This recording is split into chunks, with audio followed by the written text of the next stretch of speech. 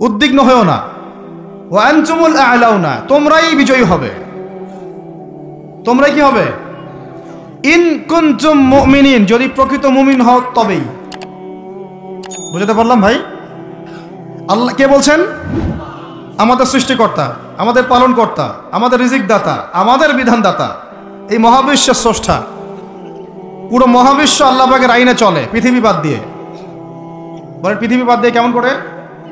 দুনিয়াতে মানুষ আল্লাহ পাকের বিধান মানে না, পুরো মহাবিশ্ব মানে। বুঝতে পারতেছি না? এই দুনিয়াতে এই পুরো মহাবিশ্বের কোটি কোটি গ্যালাক্সি, গ্রহ, নক্ষত্র, তারা, প্রত্যেকটা জায়গায়, মানে এমনকি একটা গাছের পাতাও আল্লাহ পাকের হুকুম ছাড়া, তাসবিহ ছাড়া চলে না। শুধু মানুষ হতভাগা একটা প্রাণী, যে আল্লাহর জমিনে থেকে, আল্লাহর খেয়ে, আল্লাহর পরে, আল্লাহর বাতাস থেকে শ্বাস নিয়ে, আল্লাহর দেওয়া পানি পান করে, আল্লাহ পাকের দেওয়া অর্থ, সম্পদ, রিজিক, স্ত্রী, সন্তান সব ভোগ করে আল্লাহরই জমিনে আল্লাহ বিরোধী আইন চালু করে দিয়েছে। এই মানুষই একটা হতভাগা প্রাণী। মন খারাপ করেন না, আমার কথা রাগ করেন না, এগুলো বাস্তব। আর আমার দিকে তেড়ে এসে কোনো লাভ নাই, কারণ এটা হচ্ছে অকাট্য সত্য কথা যে আমরা আল্লাহ পাকের জমিনে আল্লাহর খেলাফতের দায়িত্ব পালন করছি না। আমরা আল্লাহ পাকের জমিনে আল্লাহর নিয়ামতগুলো ভোগ করে আল্লাহ বিরোধী অপশক্তির স্বার্থ রক্ষা করছে। না হলে বাংলাদেশের মতো জায়গায় কেউ ট্রান্সজেন্ডার চালু করতে পারে? একটা 90% মুসলিমের দেশে কেউ সুদভিত্তিক ব্যাংকিং সিস্টেম চালু করতে পারে? মদের বার চালু করতে পারে? জেনার লাইসেন্স দিতে পারে? পতিতালয় লাইসেন্স প্রাপ্ত হয়? কখনো ওই যে যাত্রা, পালাগান, ঢাকঢোল, ডুগি তবলা বাজতেছে, কেউ প্রতিবাদও করতে পারে না। করতে গেলে তাকে বলা হয় সে মৌলবাদী, সে সন্ত্রাসী, সে জঙ্গি, উগ্রবাদী। তো আমরা যদি আল্লাহ পাকের জমিনে আল্লাহর খেয়ে, আল্লাহর পরে, আল্লাহ পাকের সব নিয়ামত ভোগ করে এই যদি হয় আমাদের অবস্থা, তাহলে আমাকে আপনি বলেন যে আল্লাহ পাকের কি বয়ে গেছে যে আমাদের হাতে আল্লাহ পাক এই দুনিয়াতে বিজয় দিবেন? আর কোনো জাতি নাই? পুরো মহাবিশ্বে সবাই আল্লাহর হুকুম মেনে চলে। সূরা বনী ইসরাঈল পড়েন, এমন কোন সৃষ্টি নাই আল্লাহ পাকের যে আল্লাহর তাসবিহ পাঠ করে না। শুধু এই মানুষই হতভাগা একটা সৃষ্টি। আমরা, আল্লাহ মাফ করেন আমাদেরকে, নামাজও পড়ে না। কি করে না? পাঁচবার দিনে বলা হচ্ছে হাইয়া আলাস সালাহ, হাইয়া আলাল ফালাহ, সাফল্যের জন্য আসো, সালাতের জন্য আসো, কল্যাণের জন্য আসো। কানে ঢুকে না, যায় না নামাজ পড়তে। কোরআন, ওই যে বললাম, বাসায়, সবার বাসায় কোরআন আছে। এমন কোনো ব্যক্তি আছেন আপনারা যে আপনাদের বাসায় কোরআন নাই? প্রত্যেকের বাসায় আছে। এমনকি আপনার ফোনের মধ্যে ওই অ্যাপসে আছে, খুলে দেখার সময় নাই। সময় কোথায়? মানে এত ব্যস্ত, সকাল থেকে রাত পর্যন্ত এতই ব্যস্ত মানুষ হতভাগা, কোরআন খুলে দেখার সময় নাই।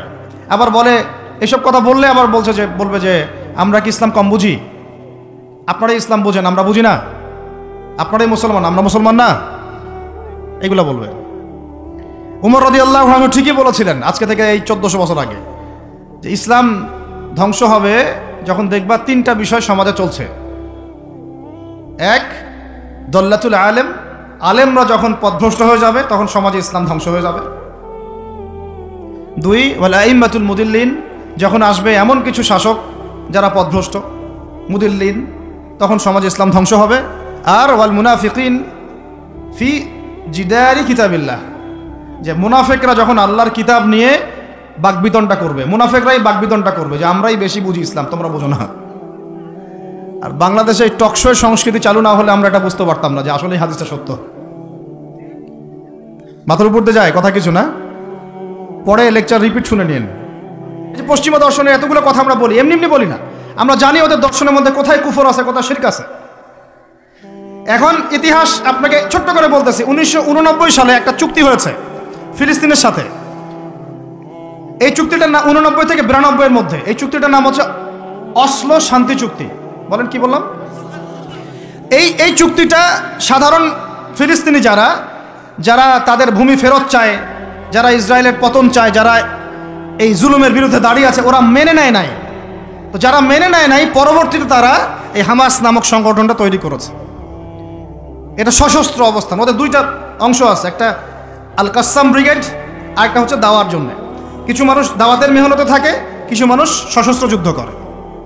এটা উড়ে এসে জুড়ে বসে নাই। এরা বিগত প্রায় 75 বছর থেকে ধাক্কা সহ্য করতে করতে করতে করতে আজকে বাধ্য এই জায়গায় আসছে।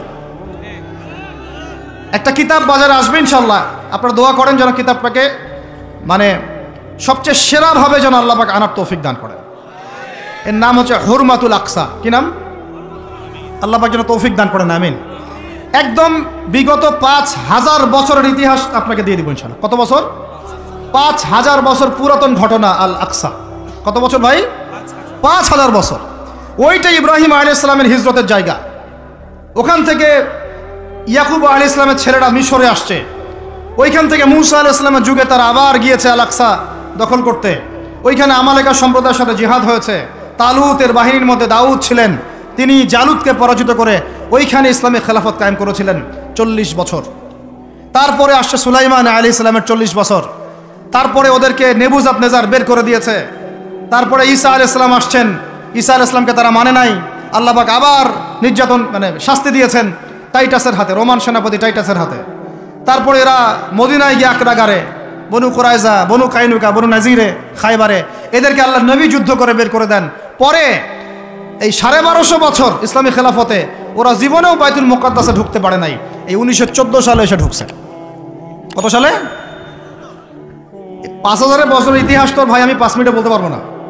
সংক্ষিপ্ত করে বুঝালাম যে 1250 বছর তারা বাইতুল মুকাদ্দাসের আশপাশেও ঘেঁষতে পারে নাই।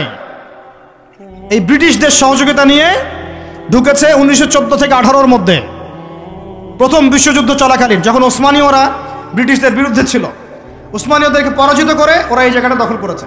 করার পরে ওই জায়গায় কিন্তু দেখেন জায়গা দখল করে ব্রিটেন ওখানে থাকে নাই, ওই ইহুদিদেরকে জায়গা দিয়ে দিয়েছে। রহস্যজনক না? এত যুদ্ধ করে সে জায়গাটা লিবারেট করলো, করে নিজে থাকে নাই, ইহুদিদেরকে থাকতে দিল।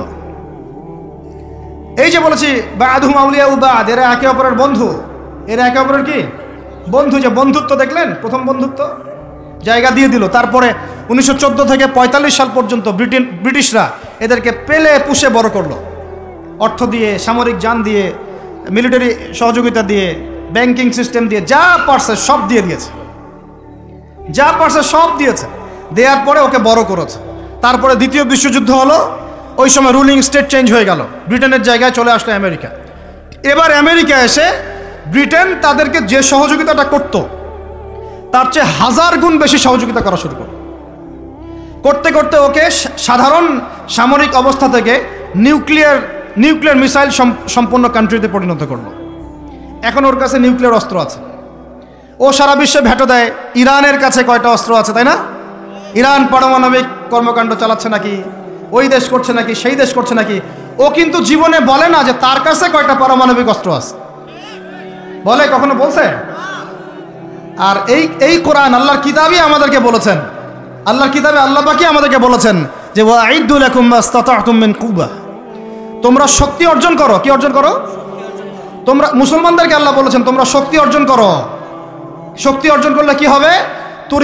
তুরহিবুনা বিহি আদুওয়াল্লাহি ওয়া আদুওয়াকুম, তোমরা আল্লাহর দুশমন এবং তোমাদের দুশমনদেরকে ভয় দেখাতে পারবা। এই যুগে পারমাণবিক অস্ত্র ছাড়া কোনো রাষ্ট্রকে কেউ ভয় করে না। ভয় করে? ওই আয়াতের উপরে আমল মুসলমানরা আমরা করতে পারি নাই, আমল করেছে ইসরায়েল। বুঝাতে পারলাম না মনে হয়? বুঝাতে পারি নাই মনে হয়। এই আয়াতের উপরে আমরা আমল করতে পারিনি এখনো। আমল করেছে কারা? ও শত শত পারমাণবিক অস্ত্র তৈরি করে রেখে দিয়েছে। বাংকার তৈরি করা আছে, বাংকার, যে অচিরেই যদি সারা বিশ্ব জুড়ে একটা তৃতীয় বিশ্বযুদ্ধ লেগে যায় এবং পারমাণবিক অস্ত্র প্রয়োগ করা শুরু হয়, ও যেন বাংকারের নিচে, মাটির নিচে 100 ফিট, 200 ফিট, 300 ফিট, 500 ফিট নিচে গিয়ে লুকাতে পারে। আর আমরা এখন কিসে পড়ে আছি জানেন? আলুর মধ্যে আল্লাহ নাম পাওয়া গেছে, গরুর কলিজায় কালিমা পাওয়া গেছে। আমরা এখানে পড়ে আছি ভাই। মন খারাপ করতেছেন নাকি? এই হলো আমাদের অবস্থা। কি একটা অবস্থা! আমরা পড়ে আছি এখনো কলা নিয়ে। কলা মানে রাস্তাঘাটে আমরা বের হব হনুমানের মূর্তি নিয়ে, বানরের মূর্তি নিয়ে, দেখেন নাই? সাপ নিয়ে, ব্যাঙ নিয়ে, পেঁচা নিয়ে। এগুলো হচ্ছে আমাদের সায়েন্স অ্যান্ড টেকনোলজি, প্রযুক্তির অগ্রগতি, তাই না ভাই? আজ পর্যন্ত আমরা কয়টা অ্যাপস তৈরি করতে পারলাম, কয়টা সফটওয়্যার তৈরি করতে পারলাম, কয়টা মিসাইল তৈরি করতে পারলাম। আমাদের আকাশ, এই পুরো আকাশ, আমার কথা রাগ করেন, আমি কারো দুশ্মন না, জাস্ট আমি আমার জায়গা থেকে অ্যাজ এ নাগরিক কথা বলছি। আমাদের দেশের আকাশ সুরক্ষিত না, সুরক্ষিত না, 100% সুরক্ষিত না।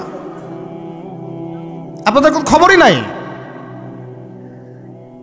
আর ইসরায়েলের আকাশ, আপনি মারবেন কোনো মিসাইল, ওর আয়রন ডোম রেডি করে রাখছে, আকাশেই আপনার মিসাইল ধ্বংস করে রেখে দিবে। যে কাজগুলো আমাদের করা দরকার, আল্লাহ পাক আমাদেরকে করতে বলছেন এই কিতাবের মধ্যে, যে তোমরা ওয়াইদ্দু লাকুম মাসতাতাতুম মিন কুওয়া, সাধ্যমতো শক্তি অর্জন করো তোমরা। কাদেরকে বলছেন? আমাদের হিন্দু ভাইদেরকে, ইহুদিদেরকে, খ্রিস্টানদেরকে, বৌদ্ধদেরকে। কিন্তু পুরো বিশ্বের হিন্দু ভাইরা, বৌদ্ধরা, ভাই বলছি আমি, আদম সন্তান তো তারা নাকি, ওই সেন্সে বলছি আর কি। হিন্দু সম্প্রদায়, বৌদ্ধ সম্প্রদায়, চাইনিজদের বৌদ্ধ সম্প্রদায়, রাশিয়ান, আমেরিকান, ন্যাটোদের এই খ্রিস্টান সম্প্রদায়, ইহুদি সম্প্রদায়, ওরা সবাই এই আয়াতের উপর আমল করে দেখিয়ে দিয়েছে। আর আমরা বললাম পড়ে আছে কিসে ভাই? ওই যে আমিনটা জোরে হবে, নাচতে হবে। হাতটা আমি এখানে বাঁধবো না, এখানে বাঁধবো না, এইখানে বাঁধবো না, এইখানে বাঁধবো। আর কিছু মানুষের ওয়াজের টপিক এইগুলা, ওয়াজের টপিক এইগুলা, মানে ইখতলাফি মাসআলাগুলোকে নিয়ে বাহাস করতে চায়। আরে ভাই, যেগুলাতে ইখতলাফ আছে মাসআলায়, সেগুলো নিয়ে তো বাহাস হয় না। এটা তো ইখতলাফি মাসআলা, ফিকহি ইখতলাফি মাসআলা, এটারও দলিল আছে, দেখা যাবে এটারও দলিল আছে। কোনোটার খুব বেশি শক্ত, কোনোটার একটু কম, কোনোটা একটু জয়ীফ, কোনোটা একটু জাল, বা কোনোটা হাসান, বা কোনোটা মুতাওয়াতির পর্যায়ে, এরকমই হবে হয়তো। আমরা পড়ে আছি এইখানে। কিছু মানুষকে আমার এটা বুঝতে 10 বছর লাগছে।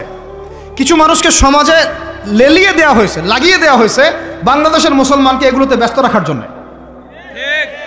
তোমাদের চোখ খুলো, তোমরা তোমাদের আকলের দরজা খুলো। যুবক ভাইরা, তোমরা চোখ খুলো, কলবের দরজা খুলো। বড়রা আপনারা চোখ খুলেন। এদেরকে লাগিয়ে দেওয়া হয়েছে মুসলমানদের মধ্যে এই সিলি বিষয়গুলোকে নিয়ে দ্বন্দ্ব সৃষ্টি করার জন্য। এইগুলো নিয়ে মসজিদ ভাগ করে ফেলতেছে, মাদ্রাসা ভাগ করে ফেলতেছে। ফরজ ঐক্য নষ্ট করে হলেও মুস্তাহাব প্রতিষ্ঠা করতে হবে। ফরজ ঐক্য নষ্ট করে হলেও মুস্তাহাব প্রতিষ্ঠা করতে চাচ্ছে। কি একটা অবস্থা বলেন! ইন্না লিল্লাহি ওয়া ইন্না ইলাইহি রাজিউন। যখন মানুষের ঐক্যবদ্ধ হওয়া উচিত, আমাদেরকে ওদের সাথে লড়াই না করে সমকক্ষ হওয়া দরকার। যে শক্তিতে, অর্থনীতিতে, সমরনীতিতে, সব দিক থেকে আমরা সমমানের, ওরা আমাদের দিকে চোখ রাখাতে পারবে না, এগুলো নিয়ে ভাবা দরকার। আমরা পড়ে আসি এখন এগুলো নিয়ে। এদিকে অর্থনীতিতে সুদ খাচ্ছি দিব্যি, আল্লাহর আইন একটাও বাস্তবায়ন করতে পারতেছি না আমরা। ঐক্য বিনষ্ট হয়ে যাচ্ছে। ওলামায়ে কেরামের সংখ্যা কম, এই চেয়ারে বসার মানুষদের সংখ্যা কম। আমাদেরকে এখন বসতে হয়, আমরা আল্লাহর কাছে কান্নাকাটি করি, যেটা কি হচ্ছে? আমি কি নিয়ামত পাচ্ছি না ফিতনায় পড়ে আছি? আমি কি আল্লাহর নিয়ামত প্রাপ্ত বান্দা না ফিতনায় নিপতিত হলাম? স্টেজ ভর্তি ওলামায়ে কেরাম বসে থাকেন, বড় বড় মুহাক্কিক আলেমরা। আমাকে কথা বলতে হচ্ছে, আমি নাদান নগণ্য বান্দা। তাহলে আমি কি ফিতনায় পড়ে আছি, না আল্লাহ পাক আমাকে নিয়ামত দিয়েছেন? এটাই ভাবতে কুলকিনাটা পাচ্ছি না আমরা। এই চেয়ারগুলোতে আপনাদেরকে বসতে হবে না? শুধু কি আলেম ওলামারাই দায়িত্ব পালন করবেন? আপনাদেরকে পড়াশোনা করতে হবে না? আলেম তৈরি করতে হবে না? শিক্ষা নিচ্ছেন, প্রথমেই বললাম 20 বছর পড়তেছেন, কোরআনের বালাই নাই, হাদিসের বালাই নাই, নৈতিকতার বালাই নাই, মেয়েদের সাথে ফ্রি মিক্সিং, অ্যাফেয়ার্স, হারাম relation, PUBG, free fire, TikTok, এইগুলাই। তো এই জেনারেশনটাকে দিয়ে আমি কেমন করে দিন প্রতিষ্ঠার দিকে কথা বলতে পারি? আমার কথা রাগ করতেছে নাকি ভাই? আমি একটু কাঠখোট্টা মানুষ আর খোলামেলা কথা বলি, এটা আমার দোষ। তবে এই দোষটা নিয়ে আমি আল্লাহর পথে কাজ করতে চাই। কারণ সবসময় নরম নরম সুরের কথায় ওয়াজে কাজ হয় না। নরম নরম কথা বলার সময় শেষ হয়ে গেছে। এখন হক আর বাতিল স্পষ্ট করতে হবে, তবে হিকমার সাথে, প্রজ্ঞার সাথে। যে আয়াতে আমাদেরকে আল্লাহ পাক আমল করতে বলেছেন, সেই আয়াতে আমল করতেছে এখন সারা বিশ্বের ইহুদি শক্তি, খ্রিস্টান শক্তি, অন্যান্য শক্তিরা। যুবকরা শুনেন, আল্লাহ পাক বলেছেন লাতাজিদান্না আশাদ্দান নাস আদাওয়াতাল লিল্লাযিনা আমানুল ইয়াহুদ ওয়াল্লাযিনা আশরাকু। এই আয়াত আপনারা নিতে পারবেন না আমি জানি। আল্লাহ পাক বলছেন, হে মুসলমানরা শুনো। আমরা তো মুসলমান নাকি? হে মুমিনরা শুনো। আগে শুনেছেন ইহুদি নাসারাদেরকে বন্ধুরূপে গ্রহণ করতে নিষেধ করা হয়েছে। আগে শুনেছেন ওরা একে অপরের বন্ধু। আগে শুনেছেন যে ওরা ততক্ষণ সন্তুষ্ট হবে না যতক্ষণ না তারা আপনাকে ওদের ধর্মের দীক্ষিত করছে। এবার আল্লাহ পাক বলছেন, মানুষের মধ্যে হে মুসলমানরা, তোমাদের সাথে যারা শত্রুতা করে, মানুষের মধ্যে তোমাদের সাথে সবচেয়ে বেশি শত্রুতা রাখে যারা, তারা হলো দুই শ্রেণীর মানুষ। কয় শ্রেণী? এক শ্রেণী হচ্ছে আল ইয়াহুদ, এক শ্রেণী ইহুদি, মানে ওই যে আমাদের বোনদেরকে ধর্ষণ করছে ফিলিস্তিনে, আমাদের ভাইদেরকে বোম মারছে যারা, বাচ্চাদেরকে বোম মারছে যারা, এরা তোমাদের সাথে সবচেয়ে বেশি শত্রুতা রাখে। আর এক শ্রেণী আছে ওয়াল্লাযীনা আশরাকু, ওয়াল্লাযীনা যারা শিরক করে, মুশরিক। আর আমাদের চারপাশে মুশরিকরা আছে না নাই? আমাদের একজন শ্রদ্ধেয় আলেম, আল্লাহ পাক তাকে নেক হায়াত দারাজ করেন, দীর্ঘ নেক হায়াত দারাজ করেন, উলামা সম্মেলনে বলেছিলেন যে ফিলিস্তিনের ভাইরা আক্রান্ত হলে এদিক ওদিকে যাওয়ার সুযোগ আছে, কমপক্ষে মিশর, জর্ডান ইত্যাদি তারা চেষ্টা করতে পারে। মুসলমানদের উপর যদি, বাংলাদেশের মুসলমানদের যদি আল্লাহ না করুক কখনো কোনো সমস্যা আসে, বাংলার মুসলমানরা যাবে কোথায়? চতুর্দিক থেকে বেষ্টিত আছে। দুই শ্রেণীর মানুষ তোমাদের সাথে সবচেয়ে বেশি শত্রুতা রাখে। কে বলেছেন? আল্লাহ পাক, আল্লাহর কালাম, সূরা মাইদা পড়ে দেখেন। কোন সূরা? মাইদা পড়ে দেখেন। এক শ্রেণী ইহুদি, এক শ্রেণী মুশরিক। এখন সারা বিশ্বে ইহুদি আর মুশরিকরা একে অপরের সবচেয়ে ঘনিষ্ঠ বন্ধু। এখন বুঝেন ওয়ার্ল্ড অ্যাফেয়ার্স কিভাবে ডিল হচ্ছে। কোরআন একদম একদম জাজল্যমান, মনে হচ্ছে এখনই আয়াত নাজিল হলো। আর আমাদের উপর যদি আল্লাহ না করুক কোনো সমস্যা আসে, আমরা যাব কোথায়?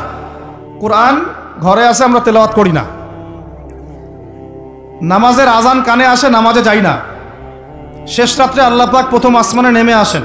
কিভাবে নেমে আসেন আমরা জানি না, ওইটার কাইফিয়াত ব্যাখ্যা করার আমাদের দরকারও নাই। আল্লাহ পাক বলেছেন, বাস ঈমান রাখি। এবং আল্লাহ পাক আহ্বান করতে থাকেন, কে আছো আমার কাছে কিছু চাইবা, আমি তোমাকে দিব। সুবহানাল্লাহ। কে আছো আমাকে ডাকবা, আমি তোমার ডাকে সাড়া দিব। কে আছো আমার কাছে ক্ষমা চাইবা, আমি ক্ষমা করে দিব। এইভাবে ফজর পর্যন্ত আল্লাহ পাক আহ্বান করতে থাকেন। আমরা ওই সময় টেসবুক চালাই, রিল্যাক্সে ঘুম দেই। তাহলে নামাজের আজান কানে যায়, নামাজ পড়ি না, কোরআন বাসায় আছে, তেলাওয়াত করি না, খুলেও দেখি না, 40 কুলখানি বাদ দিয়ে। আর শেষ রাত্রে আল্লাহ পাক আহ্বান করতে থাকেন, আমি উঠে ওযু করে 2টা রাকাত নামাজ পড়ে একটু দোয়া করব, সেটা পারি না। এই আমি আবার যখন দিনের বেলায় এলেম শিখতে যাই, এমন জায়গায় এলেম শিখতে যাই যেখানে নারী পুরুষ একাকার অবস্থা, ফ্রি মিক্সিং। আমি এমন এলেম শিখতে চাই যে এলেমটা আমাকে 20 বছরে 20টা সূরাও শিখায় না। 20টা হাদিস আপনার মুখস্থ নাই, আমি চ্যালেঞ্জ করতেছি আপনাকে। 20টা হাদিস আপনি দাঁড়ায় বলেন, ছোট ছোট হাদিস খালি। যেমন আমিরুল মুমিনিন উমর ইবনুল খাত্তাব রাদিয়াল্লাহু আনহু قال قال رسول الله صلى الله عليه وسلم انما الاعمال بالنيات وانما لكل امرئ ما نوى فمن كانت هجرته الى الله ورسوله فهجرته الى الله ورسوله ومن كانت هجرته الى الدنيا يصيبها او امرأة يتزوجها فهجرته الى ما هاجر ইলাহি। এরকম ছোট্ট আপনি আমাকে 20টা হাদিস শুনান, যারা 20 বছর পড়াশোনা করেছেন জেনারেল লাইনে, দাঁড়ান দেখি কার সাহস আছে। এই হচ্ছে আপনাদের শিক্ষার অবস্থা। তারপরে আপনি আবার যখন চাকরি ক্ষেত্রে যান, ঘুষ ছাড়া আপনার চাকরি হচ্ছে না। এই হলো অর্থনৈতিক জীবনের অবস্থা। আবার চাকরি, ব্যবসা, বাণিজ্য যাই করছেন, এর মধ্যে ম্যান্ডেটরি মাস্ট বি সুদ আছে। কি আছে? এই মাপে কম দেওয়া তো আছেই, অন্যের সম্পদ আত্মসাৎ তো আছেই, পণ্যে ভেজাল দেওয়া তো আছেই, তারপরে সিন্ডিকেট তো আছেই, যেটার দাম এখন এই রজবের, আজকে কয় তারিখ? রজবের 14-15 হবে না? তো এই রজবের 14-15-তে যে পণ্যের দাম 200 টাকা, 1.5 মাস পরেই সেই পণ্যের দাম হবে 400 টাকা। এই হলো অর্থনৈতিক জীবনের অবস্থা। আর সুদের সাথে সম্পৃক্ত না হলে তো আমাদের ঘুম হচ্ছে না। বাংলাদেশের 64,000 গ্রাম বাংলা বলি না আমরা, 64,000 গ্রাম বাংলায় একাধিক সুদী এনজিও আছে। সবাই সুদী কারবার করতেছে। আমাদের মা বোনরা ওখানে সমিতিতে নাম লেখাচ্ছে, আমরাও নাম লিখাইছি অনেকে। কিস্তি শোধ করতে হচ্ছে, জমি বন্ধক রাখো, বাছুর বন্ধক রাখো, গরু বন্ধক রাখো। শেষমেশ ধনীরা ধনী হচ্ছে, গরিবরা গরিব হচ্ছে। কারণ আল্লাহ পাক এই কিতাবের মধ্যেই বলেছেন, সূরা বাকারার শেষের দিকে আছে যে ইয়া আইয়ুহাল্লাযীনা আমানু, হে মুমিনগণ, ইত্তাকুল্লাহ, আল্লাহকে ভয় করো, ওয়া যারু মা বাকিয়া মিনার রিবা, সুদ ছেড়ে দাও। ইন কুনতুম মুমিনিন, যদি মুমিন হয়ে থাকো, ওয়া ইল্লাম তাফআলু, সুদ যদি না ছাড়ো, ফাআযানু বিহারবিন মিনাল্লাহি ওয়া রাসূলিহি, আল্লাহ এবং তার রাসূলের সাথে যুদ্ধের ঘোষণা শুনে রাখো। আয়াত বুঝলেন? আয়াতটা কি বুঝলেন? আল্লাহ পাক বলছেন যারা সুদ খায় বা সুদ না ছাড়ে এরা আল্লাহ এবং তার রাসূল মুহাম্মদ সাল্লাল্লাহু আলাইহি ওয়াসাল্লামের বিরুদ্ধে অস্ত্র নিয়ে দাঁড়ায় আছে। তো আপনার আমার কল্যাণ হবে না ভাই? দুনিয়ায় পরকালে কল্যাণ হবে না? আমরা হাউজে কাউসারের পানি তো পাবো ইনশাআল্লাহ, আমরা কবরের উত্তর তো দিতে পারবো ইনশাআল্লাহ। আমাদের জন্য নবী সাল্লাল্লাহু আলাইহি ওয়াসাল্লাম সুপারিশ তো করবেন ইনশাআল্লাহ, সুপারিশ তো নবীজি করবেন, এটা ঠিক আছে, এটা তো ঠিক আছে। কিন্তু কোরআনে যে আল্লাহ পাক বললেন সুদ যদি তোমরা না ছাড়ো তাহলে জেনে রেখো তোমরা আল্লাহ এবং তার রাসূলের বিরুদ্ধে যুদ্ধ করতেছো। এখন এইটা আমরা কিভাবে আল্লাহ পাককে বুঝ দিব?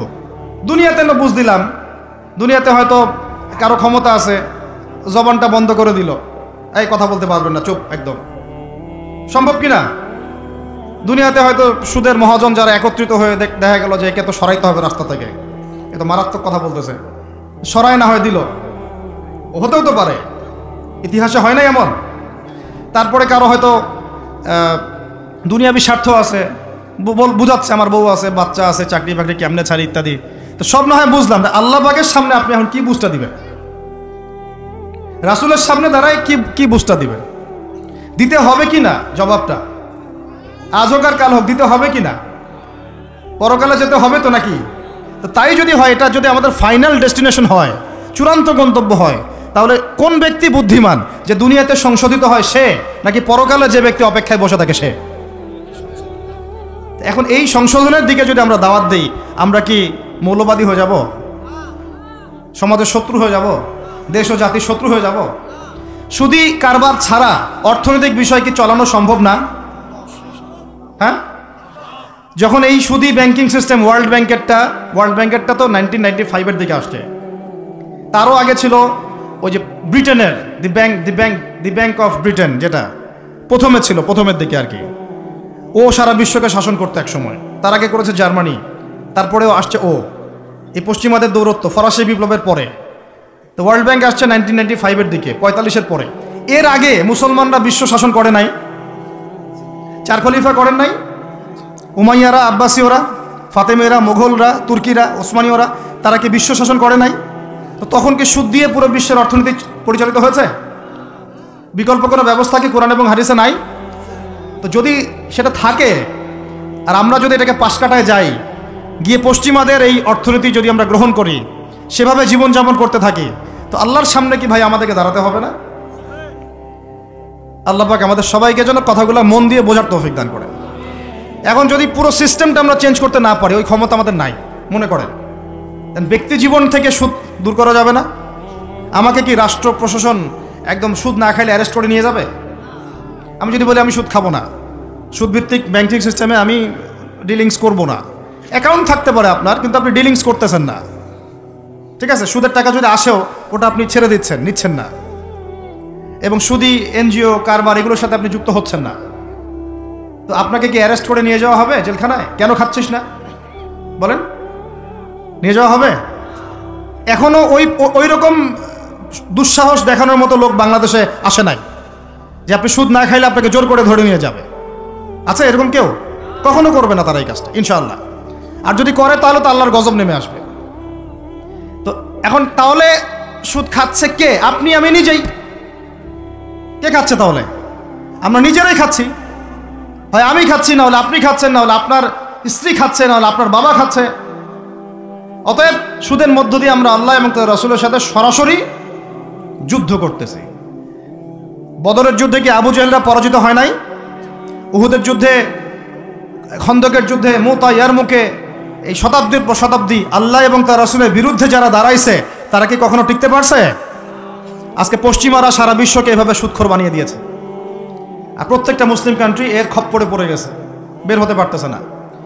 বের হওয়ার জন্য শুধু একটা জিনিস দরকার, একটা জিনিস, সেটা হচ্ছে আল্লাহ এবং তার রাসূলের প্রতি পরিপূর্ণ বিশ্বাস, ঈমান। এইটা আমাদের অর্জন হয় নাই, এটাই সত্য কথা। অর্জন যদি হতো তাহলে আমরা বিকল্প চিন্তা করতে পারতাম। যদি আফগানিস্তান আগামী 10 বছর এভাবেই অর্থনীতি চালাতে পারে, এখন তাদের যে অবস্থা, আগামী 10 বছর যদি আর নতুন করে যুদ্ধ বিগ্রহ না হয় এবং তারা যদি এভাবেই আরও 10 বছর তাদের ডাবল কারেন্সির অর্থনীতি চালাতে পারে, সুদহীন জাকাত ভিত্তিক ইসলামিক, আমাদের বিশ্বাস আগামী 10 বছরে দেখবেন তারা মার্কিন ডলারের উপরে আধিপত্য বিস্তার করেছে ইনশাআল্লাহ। ইনশাআল্লাহ। আমি ইকোনমিক্স নিয়ে পড়াশোনা করেছি ভাই, এমনি এমনি কথা বলতেছি না। অনলাইনে যারা আপনাদেরকে এইসব তালগোল মার্কা কথাবার্তা বুঝায়, যে কাগজের টাকা নিয়ে উল্টাপাল্টা কথা বলছে, ইলেকট্রনিক মানি নিয়ে উল্টাপাল্টা কথা বলতেছে, বিটকয়েন ক্রিপ্টোকারেন্সি নিয়ে কথা বলতেছে উল্টাপাল্টা, ভাই এগুলো আমরা জেনে বুঝে কথা বলতেছি, জেনে বুঝে পড়াশোনা করে এগুলোর উপর আমরা থিসিস করেছি ইউনিভার্সিটিতে, এগুলোর উপরেই। এমনি এমনি কথা বলতেছি না যে পেপার মানি আপনার পকেটে, আমার পকেটে যেটা আছে আপনার পকেটেও সেটাই আছে, এর ভিতরেও সুদ আছে। ইলেকট্রনিক মানি যেগুলো আমরা ইউজ করতেছি এগুলোর ভিতরেও সুদ আছে, অল্প হোক আর বেশি হোক। এর সামনে আসবে বিটকয়েন, ওইটার মধ্যে সুদের ভিতর উপর সুদ, তার উপর আসতেছে একটা সিস্টেম যেটা অলরেডি কয়েকটা কান্ট্রিতে অ্যাপ্লাই হয়ে গেছে, চায়নায়, উত্তর কোরিয়া, দক্ষিণ কোরিয়া ইত্যাদি কান্ট্রিতে। এটা হলো ক্যাশলেস সোসাইটি, মানে কোনো ক্যাশই থাকবে না সোসাইটির মধ্যে, ডিজিট থাকবে, খালি ডিজিট। মানে আপনি বলতে পারবেন না যে আমার 1 লক্ষ টাকা আছে, যদি বলি 1 লক্ষ টাকা আছে, টাকাটা আমার হাতে দেন দেখি, আপনি হাতে দিতে পারবেন না, দেওয়ার মতো কিছু নাই। ওইটা আপনার ডিজিটে থাকবে, নাম্বারে, ফিগারে, 1 লাখ এটা ফিগার। ইতিহাসে এমন কোনো কারেন্সি আসে নাই যেটা ধরাও যায় না, ছোঁয়াও যায় না, পকেটেও রাখা যায় না। এটা আসতেছে সামনে। যারা বুঝে না এগুলা, আমরা আক্রমণাত্মক কথা বলতে চাচ্ছি না, আল্লাহ পাক তাদেরকে হেদায়েত দান করুন। যারা বুঝে না তারা মনে করতে পারে এগুলো হচ্ছে ভবিষ্যৎবাণী, আদতে এইগুলা বর্তমান বিশ্বে চলতেছে, আমাদের সে সম্পর্কে জ্ঞান নাই। আমরা অনেকেই ক্যাশলেস সোসাইটি প্রতিষ্ঠার চেষ্টা করতেছি, এটার মধ্যে যতটুকু কল্যাণ আছে না তার চেয়ে বেশি অকল্যাণ আছে। যখন আমরা একটা জিনিস চালু হয়ে যায় তখন সবাই কিন্তু প্রতিবাদ করি না, যখন চালু হয়ে যায় তারপরে ওরা যখন ইসলাম বিরোধী এজেন্ডা বাস্তবায়ন করে তখন আমাদের টনক নড়ে। এক্সাম্পল দেই একটা, তাহলে বুঝবেন। আজকে ট্রান্সজেন্ডার নিয়ে যারা পেট্রোনাইজ করতেছে, পিছন থেকে ফান্ডিং করতেছে, এটাকে প্রমোট করতেছে, অনলাইন অফলাইন যেখানে ঢুকবেন খালি এগুলোই দেখা যাচ্ছে, এর পিছনে একটা সুদী এনজিওদের হাত আছে। কাদের হাত আছে? তো এখন সারা দেশে যখন এরা কারবার শুরু করেছিল তখন আমরা কিন্তু সবাই মিলে এইভাবে প্রতিবাদ করি নাই। আজকে যখন তারা একটা জিনিসকে প্রতিষ্ঠা করার চেষ্টা করতেছে ওদের স্বার্থে, ইসলামের বিপক্ষে, এখন আমাদের অনেকের টনক নড়তেছে যে আরে এ কি হচ্ছে, আমাদের মুসলমানদের বাচ্চারা এগুলো কি শিখতেছে। সমস্যা হচ্ছে আমরা সমস্যা আসলে শুরুতে বোঝার মতো ওই নূর, বাসিরা, হিকমা আমাদের এখনো পয়দা হয়নি। এবং শেষে গিয়ে একদম কুলে, কি বলে ওটাকে, মাঝপথে গিয়ে যখন দড়িয়ে যখন নৌকা ডোবা শুরু করে তখন আমাদের হুঁশ ফিরে, আরে কি হচ্ছে এগুলো। তো আল্লাহ পাক আমাদেরকে বিজয় দিবেন এটা প্রতিশ্রুতি দিয়েছেন, যে একটা নিয়ে কথা বলতে গেলে ভিতরে চলে গেছে। আমার সমস্যা এটাই, আলোচনা করতে গেলে একটু বেশি ভিতরে চলে যাই, পরে আর বেরোতে পারি না। আপনারা কি আলোচনা বুঝতে পারতেছেন? আল্লাহ পাক আমাদেরকে প্রতিশ্রুতি দিয়েছেন যে তোমরা দুশ্চিন্তাগ্রস্ত হও না, তোমরা টেনশন করো না, ভয় পেও না, হীনবল হও না, আনতুমুল আ'লাউনা, তোমরাই বিজয়ী হবে এই দুনিয়াতে এবং আখিরাতে, তোমরাই বিজয়ী হবে ইন কুনতুম মুমিনিন, যদি প্রকৃতপক্ষে মুমিন হয়ে থাকো। আমাকে বলেন, যারা আজান শুনেও নামাজে যায় না এরা কি মুমিন? বলেন।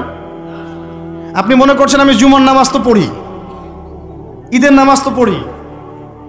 এমনও হতভাগা মানুষ আছে পৃথিবীতে যাদের নামাজ, প্রথমবার তারা নামাজ পড়ে জানাজার নামাজ, আছে না ভাই? আল্লাহ পাক আমাদের সবাইকে 5 ওয়াক্ত নামাজি হওয়ার তৌফিক দান করেন, এবং কাজা নামাজ অনেকের আছে, আল্লাহ পাক সেগুলো আদায় করার তৌফিক দান করেন। আপনারা যখন হজ উমরা সফরে যাবেন বেশি বেশি সেখানে নামাজ পড়বেন, কারণ ওখানে 1 রাকাত নামাজ হারাম শরীফে পড়লে 1 লক্ষ রাকাতের নেকি হয়, আর মদিনা মুনাওয়ারায় পড়লে, মানে হারামে পড়লে 1000 নেকি হয়। আর এই দুইটা আমরা খুব ভালো জানি, মিম্বরে আলোচনা হয় খুব, মাশাআল্লাহ, তাই না? তো নসিহত হচ্ছে ওখানে গিয়ে আমরা বেশি বেশি নামাজ পড়বো, নফল নামাজ, ঠিক আছে? কাজা নামাজগুলোও হিসেব করে আদায় করার চেষ্টা করবো ইনশাআল্লাহ। তবে হাদিসে আরেকটা জায়গা আছে, ওইটা আমরা ভুলে গেছি।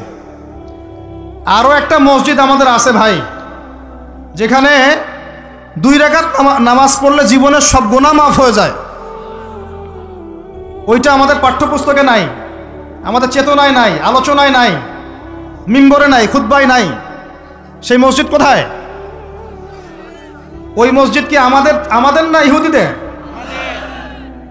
কি মনে হয় আপনাদের? ওই আল আকসা কি আমাদের না ওদের? ওইখানে 2 রাকাত নামাজ পড়লে, সফর করে 2 রাকাত নামাজ পড়লে জীবনের সব গুনাহ মাফ হয়ে যাবে। ওইখানে আমরা এখন ঢুকতে পারি না। কারো কোনো ফিকির আছে? ইয়াংদেরকে বলতেছি ভাই, লেকচারগুলো আমাদের বেশিরভাগই ইয়াংদের জন্য। যে এই যে সেলফি, এই শোডাউন, একজন বক্তাকে আপনি দেখতে চান, ইসলামী সেলিব্রিটিজম, এগুলো যে চালু করেছি আমরা, এইগুলো দিয়ে দিন আল্লাহর জমিনে কায়েম হবে না। এগুলো ভালোবাসা মহব্বতের নিদর্শন না। সত্যি সত্যি যদি আমাদেরকে আপনারা মহব্বত করে থাকেন, এমনভাবে নিজেকে গড়েন যাতে বাইতুল মুকাদ্দাস জয় করতে পারেন। ওই দিন বুঝবো যে আপনারা আমাদেরকে মহব্বত করেন, আমাদের কথা শুনেন, মানেন, বুঝেন। এমন একটা জামা আমাদেরকে করতে হবে যার একজন নেতা থাকবে, একটা নেতা, একদম সামি'না ওয়া আতা'না, শুনলাম মানলাম এমন নেতা। এত ইখতিলাফ, এত বিভক্তি চলবে না। মানে বিভক্তি, ইখতিলাফ থাকতে পারে মাসলা মাসাইলের ব্যাপারে, ফিকহি ব্যাপারে, কিন্তু এই এত দলীয় বিভক্তি থাকা যাবে না। এক টেবিলে আলেমদেরকে বসতেই হবে। আলেমরা যদি এক টেবিলে না বসে ঐক্যের দৃষ্টান্ত স্থাপন না করতে পারে, জনগণ ঐক্যবদ্ধ হতে পারবে না। বাংলাদেশের সবচেয়ে বেশি দরকার এখন উলামায়ে কেরামের ঐক্য। আমরা যারা ছোটরা আছি, আমাদের মূল কাজ এখন এইটাই, আমরা এটাই ফিকির করি কিভাবে আলেমদেরকে একটা জায়গায় বসানো যায়। আলেমরা যদি ঐক্যবদ্ধ হতে পারেন, জনগণ একদিকে ফোকাস করে চলতে পারবে ইনশাআল্লাহ। এবং তাদের মধ্যে যদি একজন আমির নিযুক্ত করা হয় এবং তার কথা যদি আমরা সুরাভিত্তিক মেনে চলি, ইনশাআল্লাহ বাংলাদেশ কেন, পুরা বিশ্বে দিন কায়েম করা সম্ভব। আমরা এই দিক থেকে আমরা মোটামুটি 20-30 বছর পিছায় আছি এখনো। বুঝতে পারছেন না আমার কথা? এই দিক থেকে দেখেন, আল্লাহ নবী সাল্লাল্লাহু আলাইহি ওয়াসাল্লাম মক্কাতেও সাহাবীদের মধ্যে কখনো বিভক্তি হতে দেন নাই। একজন নেতা, তার আন্ডারে সব সাহাবীরা বায়াত করে আছেন হাতে হাত রেখে, ব্যাস যা বলবেন তাই। ডানে যাইতে বললে ডাইনে, বামে যাইতে বললে বামে। মার খাচ্ছেন, যদি নবীজি বলেন হিজরত করে চলে যাও, হিজরত করে চলে গেল আবিসিনিয়ায়, তাই না? আর যদি নবীজি বলেন সবর করো, সাবরান আলা ইয়াসির ফাইন্না মাউইদাকুমুল জান্নাহ, সবর করো তোমাদের জন্য জান্নাত, সবর করতেছেন, মার খাচ্ছেন, তাও কোনো কথা বলতেছেন না। এইরকম সামি'না ওয়া আতা'নার জেনারেশন না থাকলে দিন কায়েম হয় না, যেটা আমাদের বিগত 50 বছর আমরা করতে পারি নাই। এটাই সত্য কথা। এটা করার জন্য সবার আগে আমাদের মনের হিংসা দূর করতে হবে। কি দূর করতে হবে? মনের হিংসা দূর করতে হবে, মনের অহংকার দূর করতে হবে, নিজেকে ছোট মনে করা শিখতে হবে। আমি ছোট মানুষ, বড়রা যে দায়িত্ব দিবেন সেটা পালন করব। আলেম ওলামার সহবতে থাকবো, তাদের পরামর্শ চলবো, আমাকে যেভাবে গাইড করেন সেভাবে চলবো, যখন যে দায়িত্ব আসবে সেটা পালন করব। চিন্তা এরকম না থাকলে আপনি চলতে পারবেন না, বিদ্রোহী হয়ে যাবেন তখন। বেয়াদবি, এই যে প্রথমে একটা কথা বলছি, বেয়াদবি। আমরা অনেকেই বড় বড় বরেণ্য আলেমদের সাথে বেয়াদবি করছি, তাদের মানিজ্য হানি করছি। অনলাইনে লাইভে চলে আসলাম, একটা কথা বলে দিলাম, একটা পোস্ট দিয়ে দিলাম, ভাবছি আমি ইসলামের বড় উপকার করে ফেললাম। আদতে আমি বিশৃঙ্খল একটা অবস্থা ছিল, আরও বিশৃঙ্খলতা বাড়ালাম। আমি কাছাকাছি তো আনতেই পারলাম না। কিছু মানুষের কাজ দেখলে মনে হচ্ছে যে তাদের একটাই কাজ। কি একটাই কাজ? অনলাইনে একটা করে আলেম, একটা করে বক্তা, একটা করে দায়ীর নাম ধরে ধরে সমালোচনা করা। এটা করে আপনি দিনের কি উপকারটা করতেছেন? এই কাজগুলো করে আপনি দিনের কোন জায়গায় খেদমতটা করতেছেন বলেন? এতে করে মানুষের দিন সম্পর্কে, সেই আলেম সম্পর্কে, সেই বক্তা সম্পর্কে, সেই ওস্তাদ সম্পর্কে, সেই ইসলামী দল সম্পর্কে কি ভালো ধারণা সৃষ্টি হচ্ছে না খারাপ? আমরা যদি প্রশ্ন করি যে আপনি নিজের চেহারাটা একটু আয়নায় দেখেন না, আপনার ভিতরে কি কোনো দোষ নাই? আপনি কি এই উম্মার নেতৃত্ব দেওয়ার যোগ্যতা অর্জন করেছেন? কতগুলো কিতাব পড়েছেন? কি ডিগ্রি অর্জন করেছেন? কতটুকু সার্টিফিকেট অর্জন করেছেন? কতটুকু তাজকিয়া অর্জন করেছেন? কতটুকু আপনি নূর অর্জন করতে পারলেন? কতটুকু বাসিরা আছে আপনার? কয়টা মসজিদ করেছেন? কয়টা মাদ্রাসা করেছেন? কয়টা ইসলামিক সংগঠন করলেন? কয়টা কিতাব লিখলেন? কয়টা লেকচার দিলেন? আপনি নিজে কি করলেন দিনের জন্য? এই চিন্তাটা করা দরকার নাই যে আমি নিজে কি করলাম দিনের জন্য, ও কি করলো, ওর কি খেদমত, ওর কি দোষ, ওর কি ত্রুটি, এইগুলোর চর্চা আমরা ব্যস্ত হয়ে আছি এখন। এই একটা কারণে আমাদের ওলামায়ে কেরামদের মধ্যে ঐক্য হচ্ছে না দুর্ভাগ্যজনকভাবে। কারণ আমরা একটা শ্রেণী আলেমদের ইজ্জত ধোয়ার পিছনে লেগে গেছি। আর একজন আলেম না এটা ভুল করছে ভাই, আলেম মানুষ তো, কেন বেয়াদবি করতে হবে আপনাকে? কেন আপনাকে একটা সেশন করতে হবে? কেন একটা এটা করতে হবে, সেটা করতে হবে? চুপ করে থাকেন আপনি। পারলে তার সাথে আপনি পার্সোনালি দেখা করেন, তার কাছে যান, তার কথার পিছনের কারণটা খুঁজে বের করার চেষ্টা করেন। ইসলামের খেদমত এগুলো হচ্ছে না। তো ওইদিকে যেতে যাচ্ছি না। একটা রিকোয়েস্ট করবো আপনাদেরকে যে আমরা সবাই একটা দায়িত্ব কাঁধে নেই, যে এই উম্মতকে বিজয়ী করার জন্য আমারও কিছু দায়িত্ব আছে। আপনার দায়িত্ব নেই ভাই? আপনি এখন আয়নার সামনে আজকে রাত্রে দাঁড়ায় অনেস্টলি সততার সাথে দাঁড়াবেন, দাঁড়ায় আপনার চেহারা আয়নায় দেখবেন, দেখে চিন্তা করবেন যে আসলে আমি আজ পর্যন্ত এই উম্মাকে কি দিয়েছি। বলেন তো কি বললাম ভাই? আয়নার সামনে দাঁড়ায় কি বলবেন? আমি আদনান, আমি আব্দুর রহমান, আমি আব্দুর রহিম, আমি অমুক, আমি তমুক, আমি ইসলামকে, উম্মাকে, আল্লাহকে, রাসূলকে কি দিয়েছি এই পর্যন্ত। যদি আপনার মনের মধ্যে সততা থাকে, জবাব ওই আয়নার তসবির আপনাকে দিয়ে দিবে। একটা উর্দু শের আছে যে চেহারে তো আকসর ধোকা দেতি হ্যায়, সচ তো আইনা বলতি হ্যায়। মানে চেহারা তো বেশিরভাগ সময় ধোকা দেয় মানুষকে, সত্য কথা বলে আয়নার প্রতিবিম্ব। তো আল্লাহর ওয়াস্তে নিজের আত্মসমালোচনা করি, আমরা উম্মাকে কি দিলাম এটার ফিকির করি। এখন যদি উত্তর আসে যে আমি অনেক দিয়েছি উম্মাকে, আমি একদম কামেল হয়ে গেছি, তাহলে বুঝবেন আপনার মধ্যে ইবলিসের চরিত্র আসছে। ইবলিসই বলতে পারে যে আমি সবার চেয়ে শ্রেষ্ঠ। ওই যে বলে নাই, আনা খায়রুম মিনহু, আমি আদমের চেয়ে শ্রেষ্ঠ। খলাকতানি মিন নার, আমাকে আগুন দিয়ে সৃষ্টি করেছেন। খলাকতাহু মিন তিন, তাকে মাটি দিয়ে সৃষ্টি করেছেন। এই কেবার যদি চলে আসে বুঝবেন আপনি ধ্বংস হয়ে গেছেন। ফিরআউন বলেছিল আনা রাব্বুকুমুল আ'লা, আমি তোমাদের মহান রব। নাউযুবিল্লাহ। আর একজন আল্লাহর বান্দা খালি বলবে আল্লাহুম্মা ইজআলনি ফি আইনি সগীরা ওয়াজআলনি ফি আ'য়ুনিন নাসি কাবীরা। আল্লাহ তুমি আমাকে নিজের চোখে ছোট বানায় দাও আর অন্য মানুষের চোখে আমাকে বড় বানায় দাও। আমিন। তো আত্মসমালোচনা করতে হবে কিনা ভাই? এখন যদি আমার উত্তর আসে যে না আমি তো আসলে ভাই কিছু করতে পারি নাই, এই টুকটাক কিছু লেকচার দিয়েছি এতটুকুই, এখনো আমি উম্মাহকে ঐক্যবদ্ধ করতে পারি নাই, উলামায়ে কেরামকে এক জায়গায় আনতে পারি নাই, আমি এখনো কোনো ইসলামিক বড় কোনো অ্যাসোসিয়েশন ফর্ম করতে পারলাম না, এখন পর্যন্ত আমি 100টা কিতাব লিখতে পারি নাই, এখনো আমি ইফতা দেওয়ার মতো বা মুফতি হওয়ার মতো যোগ্যতা অর্জন করিনি, এখনো আমার কোরআনের কত জ্ঞান শেখা বাকি, কত আলেমের সোহবতের থেকে নূর নেওয়া বাকি, এখনো কত দূর যাওয়া বাকি।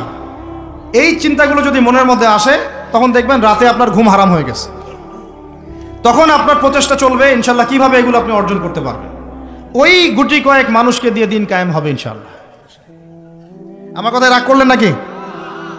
একটু মন খারাপ করলে আল্লাহ পাক ওই ওসিলায় যদি আপনাকে আবার দিনের দিকে নিয়ে আসেন, আমার লেকচার ওয়াজ করা সার্থক। একটু আঘাত পাইলে আমি খুশি হব। সরকার, প্রশাসন, আম জনগণ, আমাদের মা বোন, আপনারা, আমাদের পরের প্রজন্ম, কেউই আমাদের শত্রু না। আমাদের শত্রু বরং আমার বা আমাদের চেয়ে ভালো কোনো বন্ধুই নেই আপনাদের। আমার বা আমাদের চেয়ে ভালো কোনো বন্ধু নাই আপনাদের। যারা আছে এদের ব্যাপারে একটা স্টেটমেন্ট বলে দিই আমি, যে তুঝ জैसा दोस्त हो তো দুশ্মন কি কোই জরুরত নেই।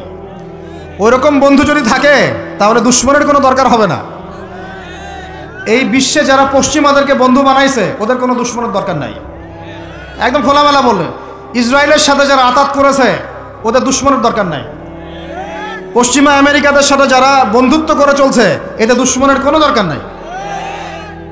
দেখে নিয়েন এদের চরিত্র হচ্ছে, এরা একটা মুখ নিয়ে আপনার সামনে আসবে, ওদের একটা স্বার্থ পিছনে থাকবে, ওই স্বার্থ উদ্ধার করার জন্য বন্ধুর বেশে আপনার সামনে আসবে। এরপর স্বার্থ উদ্ধার করা শেষ, আপনার গর্দান নামাই দিবে। তারপরে বিশ্বাস করতেছেন না? আমরা ওদেরকে চিনি, কারণ আমরা আল্লাহর কিতাব পড়ি রে ভাই। আল্লাহ পাক এই কিতাবের সূরা মাইদার 51 নম্বর আয়াতে বলেছেন, ইয়া আইয়ুহাল্লাযীনা আমানু, হে মুমিনগণ, লা তাত্তাখিযুল ইয়াহুদা ওয়ান নাসারা আউলিয়া, তোমরা এই ইহুদিদেরকে আর নাসারা খ্রিস্টানদেরকে বন্ধুরূপে গ্রহণ করো না। কে বলেছেন ভাই? আমার কিছু বলার আছে এখানে। কোন ইহুদি কোন খ্রিস্টানকে? আল্লাহ পাক কি সবার কথা বলছেন? উত্তর না। ওদের মধ্যেও কিছু কিছু ভালো মানুষ আছে, সত্য এটা, কিছু কিছু ভালো মানুষ আছে। কারা তাহলে? কাদেরকে নিষেধ করলেন আল্লাহ পাক? আল্লাহ পাক বলছেন বা'দুহুম আউলিয়া ও বা'দ, ওদের মধ্যে কিছু আছে যারা একে অপরের বন্ধু। একে অপরের, বলেন তো ইসরায়েল আর আমেরিকা কি একে অপরের বন্ধু না বন্ধু না? এদেরকে বন্ধুরূপে গ্রহণ করতে আল্লাহ নিষেধ করেছেন। এই আয়াতটা এখন ওই মধ্যপ্রাচ্যের এই হাবিবিদেরকে কে বুঝাবে? কে বুঝাবে? এই জর্ডানের রাজাকে কে বুঝাবে? আমাদের সৌদের কিংকে কে বুঝাবে? লেবাননকে কে বুঝাবে? এই যে গলফ কান্ট্রিদেরকে কে বুঝাবে যে আল্লাহ পাক বলেছেন ইহুদি এবং খ্রিস্টানদের মধ্যে যারা একে অপরের বন্ধু, এদেরকে আমরা বলি জায়নিস্ট। কি বলি? জায়নিস্ট, মানে জায়নবাদী। এরা জায়নিস্ট মুভমেন্ট চালু করেছে সারা ওয়ার্ল্ডে। এদের উদ্দেশ্য হচ্ছে হোলি ল্যান্ডটা দখল করা, মানে ওই নীলনদ থেকে ইউফ্রেটিস পর্যন্ত দখল করে ওইখানে দাজ্জালের শাসন কায়েম করা, এটা ওদের লক্ষ্য। এই একটা লক্ষ্যের আগাচ্ছে। এদেরকে আল্লাহ পাক বন্ধুরূপে গ্রহণ করতে নিষেধ করেছেন। এই আয়াতটা আপনি ওদেরকে কিভাবে বুঝাবেন? আল্লাহ পাক আরো বলছেন ওয়ামা ইয়াতাওয়াল্লাহুম মিনকুম, আয়াত কিন্তু শেষ হয়নি এখনো। আল্লাহ পাক বলছেন ওয়ামা ইয়াতাওয়াল্লাহুম মিনকুম, তোমাদের মধ্যে হে মুমিনরা কেউ যদি ওদের দিকে মুখ ফিরাও, মানে ওদেরকে অ্যালায়েন্স রূপে গ্রহণ করো, ফাইন্নাহু মিনহুম, তুমি তখন তাদের অন্তর্ভুক্ত হয়ে যাবে। নাউযুবিল্লাহ। তার মানে কি তারা কাফের হয়ে যাবে? আমরা কি তাহলে এদের সবাইকে কাফের বলছি, তাকফির করছি? উত্তর না। যারা বলে আমরা এদেরকে তাকফির করেছি, এরা ডাহা মিথ্যাবাদী। এরা হচ্ছে ডাহা মিথ্যাবাদী। আমরা এ ধরনের মধ্যপ্রাচ্যের শাসকদেরকে তাকফির করি নাই, আগেও করিনি, এখনো করি না, ভবিষ্যতেও ইনশাল্লাহ করবো না। আল্লাহ পাক কি বলছেন তাহলে? আল্লাহ পাক আয়াতের শেষে উত্তর দিচ্ছেন ওয়ামা ইয়াতাওয়াল্লাহুম মিনকুম ফাইন্নাহু মিনহুম, তোমাদের মধ্যে কেউ যদি ইহুদি নাসারাদের সাথে, জায়নিস্টদের সাথে জোট গঠন করো, ওদেরকে বন্ধুরূপে গ্রহণ করো, তাহলে তোমরা তাদের অন্তর্ভুক্ত হয়ে যাবে, আমাদের কেউ থাকবে না। এর মানে তারা কি হবে? ইন্নাল্লাহা লা ইয়াহদিল কওমাজ জালিমিন, আল্লাহ পাক এই জালেমদেরকে হেদায়েত দেন না। তার মানে তারা হবে জালেম। কি হবে? আল্লাহ পাক শব্দ ইউজ করেছেন কি? জালেম। অতএব যদি কেউ জায়নিস্টদেরকে মিত্ররূপে, বন্ধুরূপে গ্রহণ করে, সে ব্যক্তি হোক, সমাজ হোক, সরকার হোক, রাষ্ট্র হোক, সে জালেম হয়ে যাবে। কি হবে ভাই? সে কি কাফের হবে? উত্তর না। কাফের হবে? কি হয়ে যাবে? জালেম। ইন্নাল্লাহা লা ইয়াহদিল কওমাজ জালিমিন, আল্লাহ পাক জালেমদেরকে হেদায়েত দেন না। এই জন্যই তো মদের বার ওপেন করতেছেন, এখন কনসার্ট করতেছেন, হ্যালোইন করতেছেন, এইটা করতেছেন, ওইটা করতেছেন। কেন? আল্লাহ পাক নারাজ হয়েছেন। আল্লাহ পাক কি হয়েছেন? নারাজ হয়েছেন আল্লাহ পাক। এখান থেকে ফিরে না আসলে আল্লাহ পাক ধরবেন। তো এখান থেকে আপনি বুঝতে পারছেন যে পুরো বৈশ্বিক প্রেক্ষাপটে আমাদের অবস্থাটা কি। আরো একটা আয়াত আছে, এটা সূরা বাকারা, এটা আরো মারাত্মক। এটা আল্লাহ পাক তার নবীকে বলছেন যে ওয়ালান তারদা, ভালো করে শোনেন যুবকরা, আল্লাহ পাক বলছেন ওয়ালান তারদা। আপনারা হয়তো অনেকে গ্রামার জানেন না, যারা মাদ্রাসা ব্যাকগ্রাউন্ডের তারা জানে, বুঝবেন। এখানে এমন একটা কথা বলা হচ্ছে যে কখনোই কখনোই তারা সন্তুষ্ট হবে না। ওয়ালান তারদা আনকাল ইয়াহুদা, নাকি ইয়াহুদ, কি ওয়ালান তারদা আনকাল, ওয়ালান তারদা আনকাল ইয়াহুদ ওয়ালান নাসারা হাত্তা তাত্তাবিআ মিল্লাতাহুম। কি কঠিন কথা, কি স্পষ্ট কথা। আমরা কি আল্লাহ পাককে তাফসীর শিখাইতে যাব? আমরা কি আল্লাহ পাককে তাউইল শিখাইতে যাব? আমরা কি আল্লাহকে ব্যাখ্যা শিখাইতে যাব? আল্লাহর কালামের স্পষ্ট কথার কোনো ব্যাখ্যার দরকার নাই। এটা তো আয়াতুল মুহকামাত, এটা তো মুতাশাবিহাত আয়াত নয়। আল্লাহ পাক বলছেন ওয়ালান তারদা, কোশ্চিন কালেও সন্তুষ্ট হবে না, আনকা, হে নবী, তোমার উপরে। কারা সন্তুষ্ট হবে না? আল ইয়াহুদ ওয়ালান নাসারা, ইহুদি এবং নাসারা, এরা কোশ্চিন কালেও তোমার উপরে হে নবী সন্তুষ্ট হবে না। হাত্তা তাত্তাবিআ মিল্লাতাহুম, যতক্ষণ না তুমি ওদের মিল্লাত, ওদের ধর্ম গ্রহণ করছো। আর কিছু বলতে হবে ভাই? হ্যাঁ, আপনি যদি এখন ওদের সব, ওদের শিক্ষা, ওদের সংস্কৃতি, ওদের রাজনীতি, ওদের বিশ্ব রাজনীতি, ওদের কূটনীতি, ওদের মানে যা যা আছে, ওদের যা কিছু আছে, দর্শন, এগুলোর সামনে আত্মসমর্পণ করেন, বলেন হ্যাঁ এগুলো খুব ভালো, আমরা এগুলো মেনে নিচ্ছি, হ্যাঁ তোমরা আমার দোস্ত বন্ধু, ওরা আপনার কোনো ক্ষতি করবে না, কোনো ক্ষতি করবে না।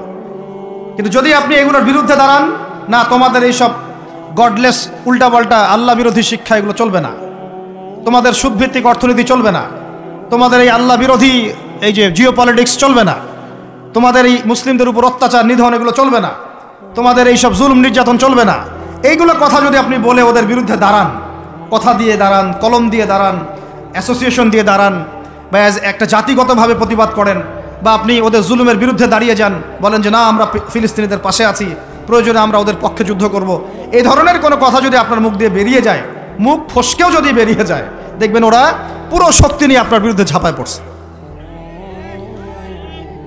বুঝতে পারেন নাই মনে? আর কেমনে বললে বুঝবেন আমার জানা নাই। এর চেয়ে আর খোলামেলা কোনো কথা বলা সম্ভব না। এই হলো কোরআনের কথা। আরো আছে, আরো বলি একটা, নিতে পারবেন তো? এই একটা নিতে পারবেন তো? আল্লাহ নেওয়ার তৌফিক দান করেন। কোরআনের কিছু আয়াত আছে সবাই নিতে পারে না।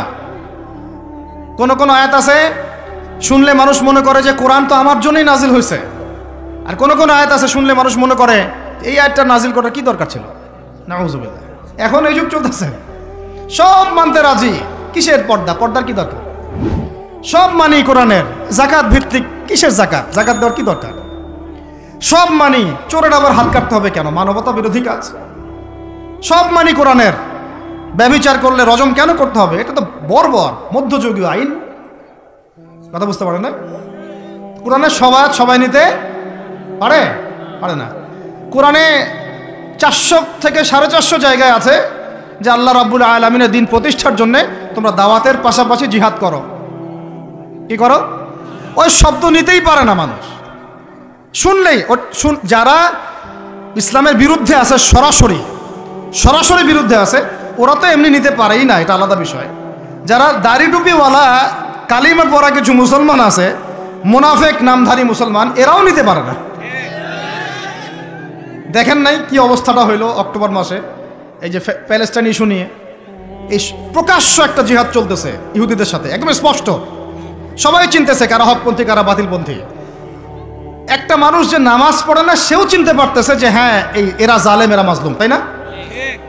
প্রশাসনের 98% ভাই এটাই বিশ্বাস করে যে ইসরায়েল জালেম, এই ফিলিস্তিনের ভাইরা মাজলুম। অনেক ভাইয়ের সাথে আমাদের দেখা হয়, কথা হয়, চা খাই। আল্লাহ পাক তো একটা জায়গা দিয়েছেন আলহামদুলিল্লাহ মহব্বতের। তারা বলে যে হুজুর, যদি সত্যি আমাদের সুযোগ থাকতো, বা আমাদেরকে যদি আল্লাহ পাক সুযোগ দিতেন, বা ওইরকম কোনো নেতা আমাদের থাকতো, আমরা সবার আগে গিয়ে ওখানে যুদ্ধ করতাম। তা আমাদের দেশের প্রশাসনের লোকজন বলেছে। কথা বুঝতে পারতেছেন? কিন্তু মুসলমান নামধারী, আলেম নামধারী কিছু দাড়ি টুপিওয়ালা বুঝতে পারলো না যে ওই ভাইরা মাজলুম আর এরা জালেম। এরকম চলমান তাজা একটা জাজল্যমান ইস্যুতেও ঘুরিয়ে ফিরিয়ে ইনিয়ে বিনিয়ে ইসরায়েলের পক্ষ নেওয়া শুরু করলো। এটা নিয়ে বলতে বলতে আমি ক্লান্ত হয়ে গেছি, আর আমি এগুলো বলতেও চাই না, আমার লজ্জা লাগে। এদের বিরুদ্ধে দু একটা কথা বলতে আমার এনার্জি লস হয় এবং লজ্জাও লাগে। নির্লজ্জ শ্রেণী, নির্লজ্জ। দেখেন সিরাজউদ্দৌলার নাম শুনেছেন? বেচারা পরাজিত হয়েছিল। বেচারা কি হয়েছে? কিন্তু লড়াই করে পরাজিত হয়েছে। মীর জাফরের নাম শুনেছেন? ও বেটা ব্রিটেনের হাত ধরে জয়লাভ করেছে, জয়লাভ করে মসনদেও বসেছে, কিন্তু কিয়ামত পর্যন্ত মানুষ গাদ্দারদেরকে মীর জাফর নামে ডাকে। কথা বুঝতে পারেন নাই? তো সবসময় দুনিয়ার সাফল্য, দুনিয়ার বিজয়, দুনিয়ার আধিপত্য সবকিছু না।